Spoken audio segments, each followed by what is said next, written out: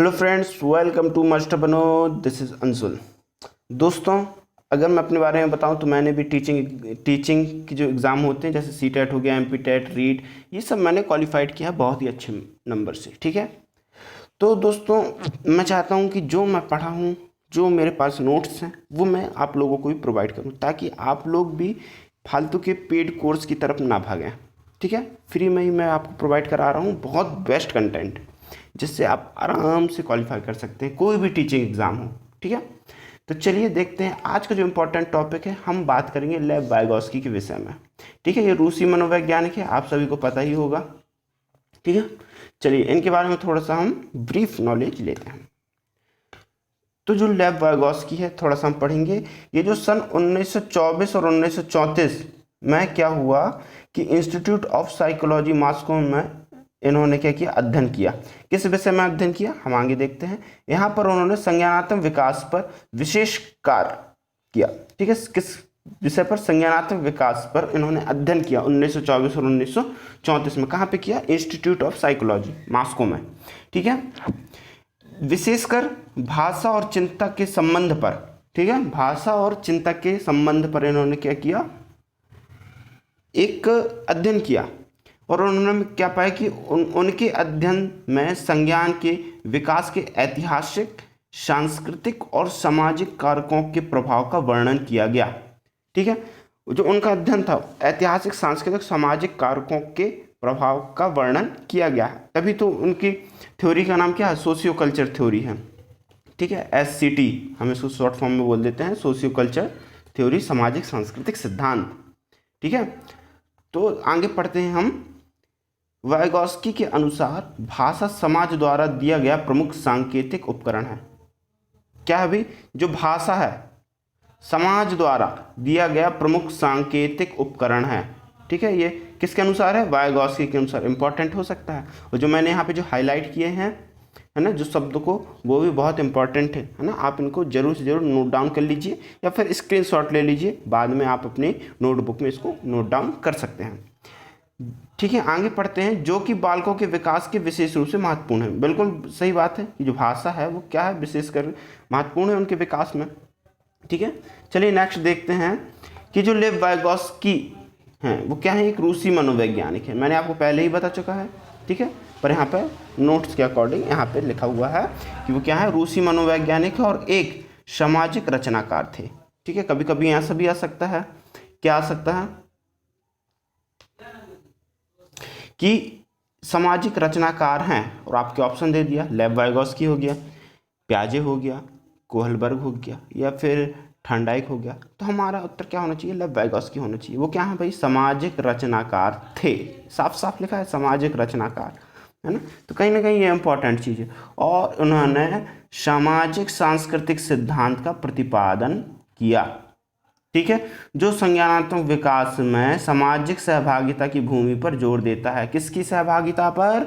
सामाजिक सहभागिता पर जोर देता है। कौन सा सिद्धांत? सामाजिक सांस्कृतिक सिद्धांत। किसने दिया? लेव वाइगोस्की जी ने दिया, है ना। ये कौन थे भाई? रूसी मनोवैज्ञानिक थे। इन्होंने इंस्टीट्यूट ऑफ साइकोलॉजी मॉस्को में 1924, अभी हमने पिछली स्लाइड में पढ़ा, 1924 से 1934 तक इन्होंने क्या किया, अध्ययन किया था। ठीक है, किस विषय में किया था? संज्ञानात्मक विकास पे अध्ययन किया था। ठीक है, आई होप सो कि क्लियर हो रहा होगा। चलिए फिर ये वाली लाइन आप लोग ध्यान से पढ़िए कि संज्ञानात्मक विकास में सामाजिक सहभागिता की भूमि पर जोर दिया। ठीक है, तो जो सामाजिक सांस्कृतिक सिद्धांत है, सामाजिक सहभागिता का अर्थ होगा सामाजिक अंतःक्रिया। सामाजिक अंतःक्रिया पर जोर दिया। सामाजिक अंतःक्रिया का मतलब होता है जो बच्चे हैं वो वयस्क के साथ इंटरेक्ट करते हैं, अंतःक्रिया करते हैं, उसी के साथ उनका संज्ञानात्मक विकास होता है। ठीक है, तो सामाजिक सहभागिता का अर्थ यहाँ पे यही है। ठीक है, चलिए थोड़ी सी मुख्य बात हम देखते हैं कि जो शब्द कल्चर है, जो कल्चर शब्द है वो एक कौन सा शब्द है? फ्रांसीसी शब्द है। ठीक है, जो कल्चर शब्द है कहाँ से आया है? फ्रांसीसी शब्द से निकला है, जो बदले में लैटिन कोलियर से निकला है। ठीक है, जो कल्चर है वो कहाँ का शब्द है भाई? फ्रांसीसी का है। और ये जो कल्चर है कहाँ से निकला हुआ भाई, लैटिन से निकला हुआ है, लैटिन शब्द से, ठीक है। जिस जो कोलियर शब्द से लिखा, लैटिन के कोलियर शब्द से बना है कल्चर, जो एक फ्रांसीसी शब्द है। आई होप सो क्लियर हुआ है, ठीक है। कभी कभी अगर आ जाए जो कल्चर है, कल्चर की उत्पत्ति किस शब्द से हुई है, तो क्या आएगा, कोलियर शब्द से हुई है। कौन से शब्द से हुई भाई, कोलियर शब्द से इसकी उत्पत्ति हुई। जो कोलियर शब्द है वो कौन सा शब्द है, लैटिन शब्द है। और जो कल्चर है वो क्या है, एक फ्रांसीसी शब्द है, ठीक है। चलिए, जिसका अर्थ है, जो कोलियर का अर्थ क्या है, पृथ्वी पर बढ़ना या वृद्धि और पोषण, ठीक है। पृथ्वी पर बढ़ना या वृद्धि और पोषण, ठीक है। नेक्स्ट पॉइंट देखते हैं, सांस्कृतिक लोगों में एक विशेष समूह की विशेषता और ज्ञान है, जिनमें भाषा, धर्म, भोजन, सामाजिक आदतें, संगीत और कला शामिल है। जो सांस्कृतिक लोग होते हैं है ना, वो एक क्या है, समूह है, एक विशेष प्रकार के समूह है। यानी देखिए, सबका जो कल्चर है वो अलग अलग है। खाने को लेके सबका कल्चर अलग है, भाषा को लेके सबका कल्चर अलग है। आप मद्रास चले जाइए, वहाँ की भाषा अलग है। आप यूपी चले जाइए, उत्तर प्रदेश, वहाँ की भाषा अलग है। आप साउथ में चले जाइए, भारत के साउथ में, वहाँ की भाषा अलग है। विदेश जाइए तो वहाँ की भाषा अलग है। तो भाषा के आधार पर सांस्कृतिक अलग है, धर्म के आधार पर अलग है, भोजन के आधार पर, सामाजिक आदतें के आधार पर, ठीक है, और संगीत और कला के आधार पर भी क्या है भाई, सांस्कृतिक अलग अलग है, ठीक है। तो आई होप सो कि आपको बहुत कुछ समझ में आता होगा, ठीक है। ये बहुत इंपॉर्टेंट नोट्स हैं, आप लोग जरूर नोट डाउन कर लीजिए। ये हर पेपर के लिए, हर टीचिंग एग्जाम के लिए बहुत इंपॉर्टेंट है। चलिए नेक्स्ट देखते हैं। ये देखिए, 3 संप्रत्यय वाइगॉस्की के अनुसार, एक MKO, फिर एक मचान जिसको इसके फोल्डिंग बोलते हैं, और एक होता है ZPD। ये 3 बिंदु अगर आप लोग याद कर लेते हैं तो मैं गारंटी देता हूँ कि 1 से 2 नंबर आपके फिक्स CTET में तो फिक्स ही हैं। आने वाला जो CTET है ना, उसमें फिक्स हैं, ठीक है। तो चलिए इनको एक एक करके हम पढ़ते हैं। तो पहले हम पढ़ेंगे MKO के विषय में, ठीक है। MKO, ये MKO क्या होता है भाई, ये जो MKO है वो क्या है, ये MKO क्या है बताइए। जो MKO है इसको हम बोलते हैं मोर नॉलेजेबल, ठीक है, नॉलेजेबल अदर, अधिक जानकार अन्य। इसका जो हिंदी अर्थ होता है अधिक जानकार अन्य होता है इसका अर्थ, ठीक है। तो हम यहाँ पे देखेंगे जो MKO है, फर्स्ट में आप लोग देख रहे होंगे,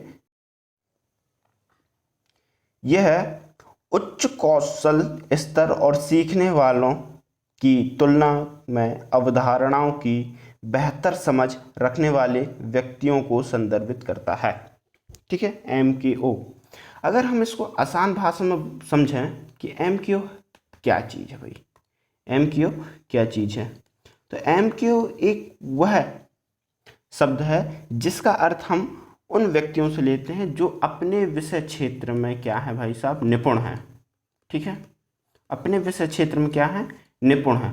तो मोर नॉलेजेबल अदर, यानी जिनके पास अधिक ज्ञान है उनके क्षेत्र का। विषय की जगह हम यहाँ पे किस शब्द का उपयोग कर सकते हैं, क्षेत्र शब्द का उपयोग कर सकते हैं।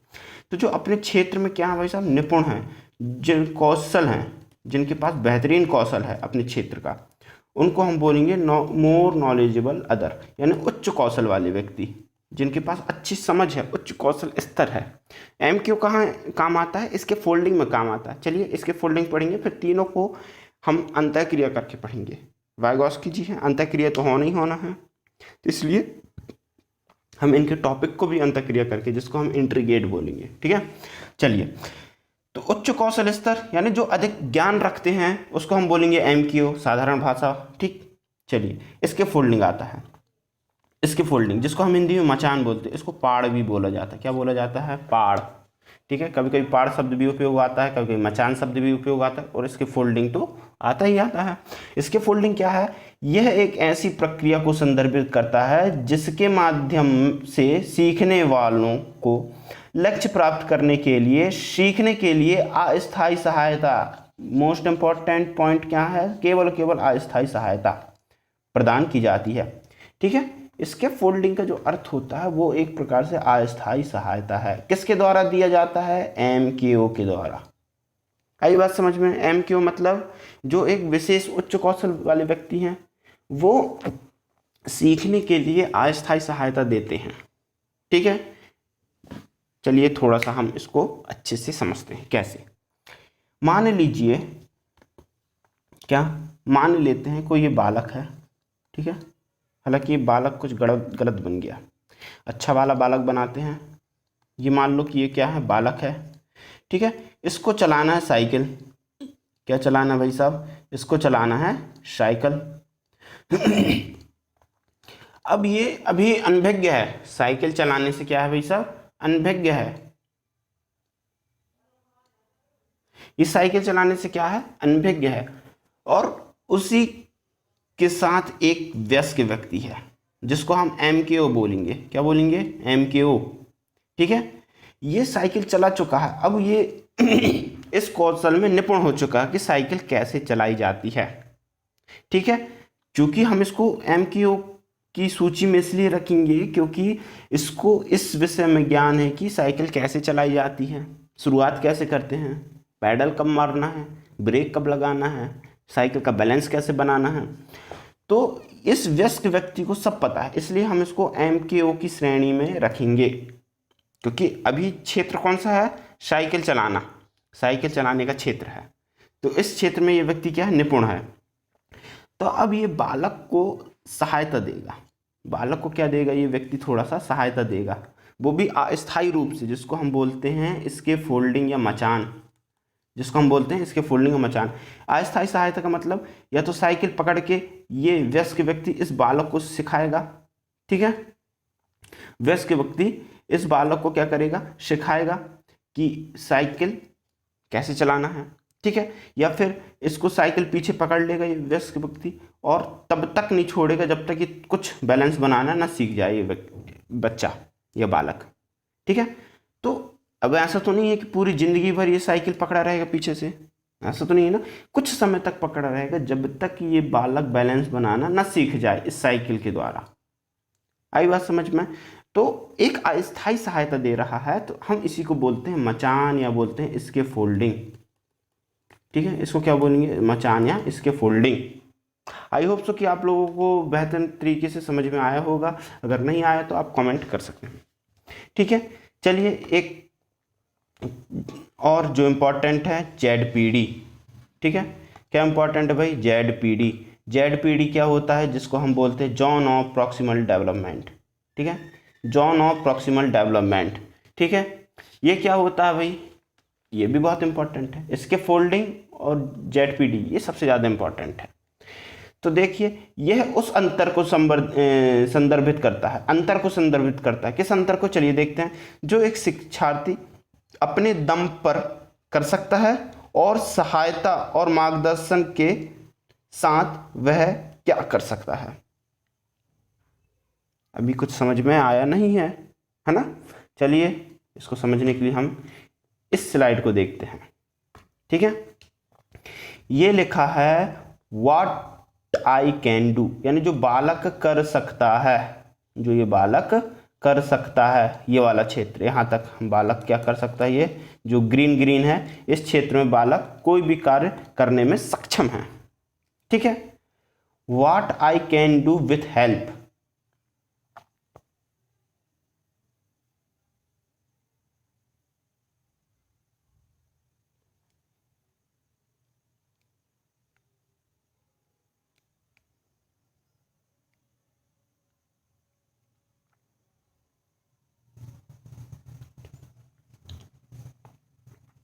ठीक है, तो जो ये वाला स्तर है, तो ये जो स्तर है रेड वाला आपको दिख रहा है, मैं पेन कलर चेंज कर लेता हूँ जी।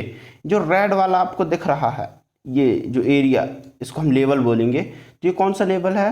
What I can do with help. जो बालक है सहायता के साथ इस स्तर तक पहुंच सकता है। किन की सहायता?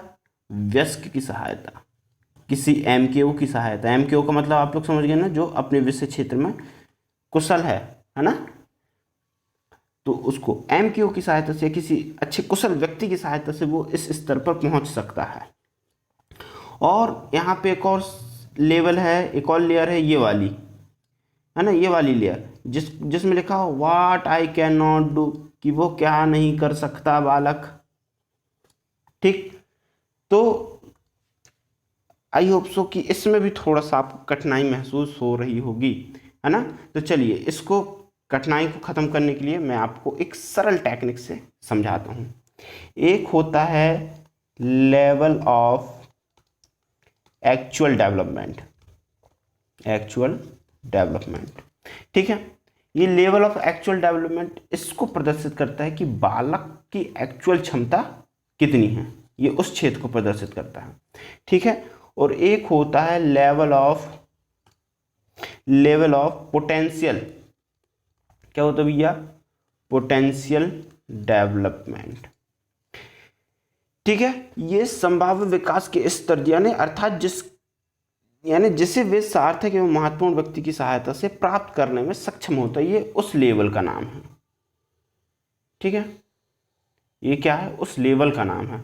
और लेवल ऑफ एक्चुअल डेवलपमेंट ये उस स्तर का नाम है जिसमें वह बालक कार्य करने में सक्षम है। और इन दोनों के लेवल के अंतर को हम क्या बोलते हैं, सरल भाषा और आसान भाषा में ZPD। अब आई आप सबकी समझ में आ गया, ठीक है। Level of actual development and level of potential development के अंतर को क्या बोलते हैं, ZPD बोला जाता है। चलिए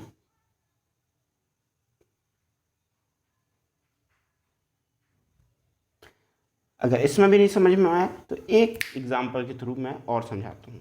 जब तक समझ में नहीं आएगा तब तक हम छोड़ेंगे नहीं, ठीक है। मान लीजिए कि कोई बालक है, ठीक है, वो किसी भी चीज़ को सीखने में, मान लो कि गणित का हम ले लेते हैं, ठीक है। गणित में वह केवल एक अंक तक जोड़ने में सक्षम है, ठीक है, एक अंक तक जोड़ने में सक्षम है, ठीक है। अगर शिक्षक उसको 2 अंक के जोड़ने का सवाल देता है तो वो इसको नहीं कर पाता, यानी कि अभी जो बालक का स्तर है केवल 1 अंक तक, क्या है, 1 अंक तक जोड़ने में वह सक्षम है, परंतु 2 अंक की जब संख्याओं को जोड़ने को बोला जाता है तो वो बालक नहीं समझ पाता। तो जो शिक्षक है, जो क्या है, टीचर है, शिक्षक है, वो इसको अस्थायी सहायता किस प्रकार से देता है कि वह इसको हर प्रकार के उदाहरण देकर समझाता है कि 2 अंकों को कैसे जोड़ना है, ठीक है। अब जब 2 अंकों को कैसे जोड़ना है, ये अस्थायी रूप से क्या करता है, बालक को समझाता है। ऐसा तो है नहीं कि वो जिंदगी भर समझाएगा शिक्षक, कुछ अस्थायी रूप से समझाना है, ठीक है। अस्थायी रूप से उदाहरण देकर या किसी भी अन्य माध्यम से वह सिखाता है कि 2 अंकों को किस प्रकार जोड़ा जाता है, ठीक है।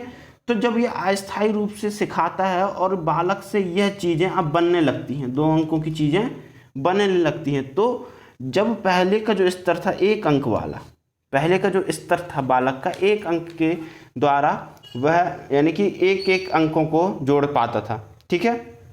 तो उसको हम बोलेंगे लेवल ऑफ क्या बोलेंगे इसको, एक्चुअल डेवलपमेंट, क्योंकि जो एक्चुअल इसकी क्षमता है, लेवल ऑफ एक्चुअल डेवलपमेंट बोलेंगे, ठीक है। कलर चेंज कर लेता हूँ पेन का, ये इसको हम बोलेंगे लेवल ऑफ एक्चुअल डेवलपमेंट। परंतु जब वो 2 संख्याओं को भी जोड़ना सीख जाता है तो इसको हम बोलेंगे लेवल ऑफ पोटेंशियल डेवलपमेंट, ठीक है। इसको मैं शॉर्ट में लिख देता हूँ, पोटेंशियल डेवलपमेंट, ठीक है। तो अब देखो क्या हुआ, जब बालक केवल 1 अंकों को जोड़ सकता था तो उसका ये एक्चुअल डेवलपमेंट, अब 2 अंकों को भी जोड़ने लगा, किसके थ्रू, शिक्षक के थ्रू, जब वो आज एक प्रकार से सहायता प्रदान किया, है ना। तो वो लेवल ऑफ पोटेंशियल हो गया कि अब बच्चा उस स्तर में उठ चुका है। तो इन दोनों के बीच के जो क्षेत्र को क्या बोलेंगे, ZPD बोला जाता है। क्या बोला जाता है भाई साहब, ZPD बोला जाता है, ठीक है। इसको मैं मिटा देता हूँ अच्छे से आप लोग ताकि देख सकें। इसको बोला जाएगा ZPD, zone of proximal development. ये जो जोन है, ये जो क्षेत्र है डेवलपमेंट का, प्रॉक्सिमल डेवलपमेंट का जो क्षेत्र है, इसी को बोला जाता है जोन ऑफ प्रॉक्सिमल डेवलपमेंट, यानी जो लेवल ऑफ एक्चुअल डेवलपमेंट और लेवल ऑफ पोटेंशियल डेवलपमेंट के बीच के जो क्षेत्र होता है वो होता है zone of proximal development. I hope so कि अब कभी नहीं भूलेंगे आप लोग। अगर ये भी चीज़ समझ में नहीं आ रही तो आप लोग कमेंट करके ज़रूर बताइएगा, ठीक है। चलिए आगे एक इम्पॉर्टेंट स्लाइड है ये वाली, कि कुछ भाषण की उन्होंने टाइप बताए। 3 प्रकार के बच्चों में भाषण पाए जाते हैं, ठीक है। कौन कौन से ज़रा हम देखते हैं, क्योंकि बच्चे जो होते हैं 3 प्रकार के स्पीचेस बोलते हैं। जैसे पहला हमने लिखा है यहाँ पे सामाजिक बाहरी भाषण, जिसको हम बोलते हैं सोशल स्पीच, है ना, सोशल स्पीच, ठीक है। सोशल स्पीच ये बच्चा 3 या 4 वर्ष की आयु के पहले बोलता है। सोशल स्पीच याद रखना कब होता है, 3 और 4 वर्ष की आयु के पहले बच्चा कौन सी स्पीच बोलेगा, सोशल स्पीच बोलता है, ठीक है। चलिए इसके बारे में थोड़ा सा जान लेते हैं। इसका उपयोग बड़े पैमाने पर दूसरों को नियंत्रित करने या सरल अवधारणा को व्यक्त करने के लिए किया जाता है। यानी देखिए जो छोटे बच्चे होते हैं 3 या 4 साल के, वो क्या करते हैं, सोशल स्पीच का क्या करते हैं,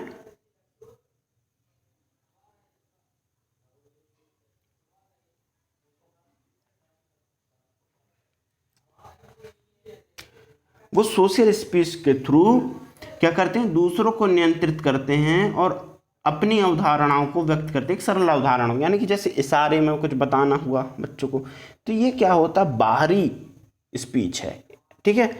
या फिर इसको हम बोल सकते हैं सोशल स्पीच, क्योंकि बाहरी शब्द लिखा है इसमें, ठीक है। तो बाहरी स्पीच या सोशल स्पीच बात एक ही होती है, जिसमें हम इंटरेक्शन करते हैं लोगों के साथ। लोगों को पता होता है कि जैसे बच्चे को घूमना है तो वो इशारा करेगा या किसी अन्य माध्यम के थ्रू, ठीक है। अब देखते हैं अहम केंद्रित भाषण, इसको हम बोलते हैं ईगोसेंट्रिक स्पीच। ये 3 से 7 वर्ष होते हैं, बहुत इंपॉर्टेंट है, आता ही आता है। यह ज़्यादातर स्वयं के बारे में बात करना होता है और आमतौर पर जोर से बोला जाता है। देखिए ईगोसेंट्रिक स्पीच जो 3 से 7 वर्ष की होती है, ये लाउड होता है, ठीक है। ये लाउडली बोलते हैं, खुद को निर्देशित तो करते हैं परंतु जोर से बोल बोल कर निर्देशित करते हैं। स्वयं के बारे में बात करना और आमतौर पर जोर से बोला जाता है। बच्चे के अपने व्यवहार को नियंत्रित और निर्देशित, देखिए लिखा ना, निर्देशित करने में इनकी भूमिका होती है। जो ईगोसेंट्रिक होती है वो क्या होती है भाई साहब, लाउडली खुद को निर्देशित करते हैं, खुद को इंस्ट्रक्शन देते हैं लाउडली बोल बोल कर, ठीक है। ज़्यादा कुछ नहीं समझना, नॉर्मल अपन बेसिक से समझ लेते हैं जो अपने एग्जाम के लिए इम्पोर्टेंट है। एक होता है आंतरिक स्पीच, जिसको हम बोलते हैं इनर स्पीच। क्या बोलते हैं भाई साहब, इनर स्पीच। ये भी बहुत इंपॉर्टेंट है, अक्सर पेपरों में पूछा जाता है। यह विचार और व्यवहार को नियंत्रित करने वाले अनकहे शब्दों द्वारा चिन्हित हैं। वाइगोस्की स्कूलों में भाषा संबंधी गतिविधि और कला के अंदर और बाहर पाठचर्या संबंधी बातचीत में सांस्कृतिक तत्वों को शामिल करने के लिए जोरदार तर्क देते हैं, है ना। अब इसमें तो हमको कुछ समझ में नहीं आया क्या क्या लिख दिया है भाई नोट्स में, है ना। इनर स्पीच का मतलब होती है साइलेंट स्पीच होती है। साइलेंट स्पीच का मतलब जब बालक जो होता है ना वो खुद ही मन में बुदबुदाता रहता है या फिर कुछ अपने आप को बताता रहता है, तो इसी को हम बोलते हैं इनर स्पीच। यानी जो मन ही मन में लाउड बोल रहा है, ईगोसेंट्रिक, ठीक है, मन ही मन बुदबुदा रहा है, तो क्या हो जाएगा, इनर स्पीच हो जाएगा। 7 वर्ष से अधिक होता है। जैसे कि देखिए ये विचार और व्यवहार को नियंत्रित करने वाले अनकहे शब्द द्वारा चिन्हित है, ठीक है। किसको भाई साहब, देखिए बहुत इंपॉर्टेंट लाइन है ये वाली, कि विचार और व्यवहार को नियंत्रित करने वाले अनकहे शब्द द्वारा चिन्हित हैं, ठीक है। कौन भाई साहब, इनर स्पीच, ठीक है, आंतरिक भाषण, ठीक है। तो ये आप लोग याद रखिएगा, ठीक है। 3 प्रकार की स्पीचेस होती हैं, है ना। पहला है सोशल स्पीच, 3 से 4 वर्ष वाली, 3 से 4 वर्ष से कम, ठीक। एक होता है ईगोसेंट्रिक 3 से 7 वर्ष, और एक होता है इनर स्पीच जो होता है 7 वर्ष से अधिक, ठीक है। सोशल में क्या करते हैं, दूसरों को नियंत्रित करने की कोशिश, मतलब कि दूसरों को नियंत्रित करने में, ठीक है, या फिर सरल अवधारणाओं को व्यक्त करने में सोशल स्पीच का क्या करते हैं वही सब उपयोग करते हैं बालक, ठीक। और अपने आप को निर्देशित करना, अपने आप को निर्देशित करना जोर जोर से बोलकर, आमतौर पर जोर से बोलते हैं, अपने आप को निर्देशित करते हैं, लाउडली, है ना, लाउडली बोलते हैं, अहम केंद्रित की बात हो जाएगी, अहम यानी कि ईगोसेंट्रिक स्पीच की बात हो जाएगी। साइलेंटली बात करते हैं, खुद से ही क्या करते हैं, साइलेंटली बात करते हैं, साइलेंटली बात करते हैं, तो वो कौन सी हो जाएगी, आंतरिक स्पीच हो जाएगी, इनर स्पीच हो जाएगी, जो 7 वर्ष से अधिक वाली बात हो गई, ठीक है। तो आई होप सो कि आपको बहुत कुछ वाइगोस्की के विषय में पता चल गया होगा। नोट्स बहुत इंपॉर्टेंट है, अगर आपने नोट्स नहीं बनाए वीडियो के एक बार फिर देखिएगा, अच्छे से समझिएगा, और मेरी आशा है कि इस नोट्स के अंदर के बाहर से जो भी कुछ आएगा इस नोट्स के अंदर से ही आना है, परंतु इस नोट्स के बाहर से मुझे नहीं लगता कि अब और कुछ वाइगोस्की के विषय में बचा हुआ है, ठीक है। अब इससे संबंधित क्वेश्चन जो हैं अगली वीडियो में लाऊंगा, तो आप लोग और यानी कि कंफर्म हो जाएंगे या फिर श्योर हो जाएंगे कि क्वेश्चन किस प्रकार से आते हैं, और ये जो नोट्स मैंने आपको प्रोवाइड किया है बहुत इंपॉर्टेंट है, ठीक है। तो आई होप सो कि आप लोग बहुत अच्छे से समझाएंगे और मैं आपको समझाने में कामयाब भी रहा हूँगा। अगर भूलवश किसी प्रकार की त्रुटि हुई हो तो आप लोग कमेंट में बता सकते हैं, ताकि मैं अगली वीडियो में उस त्रुटि को सुधार कर सकूं। थैंक यू सो मच, मिलते हैं नेक्स्ट वीडियो में। जय हिंद।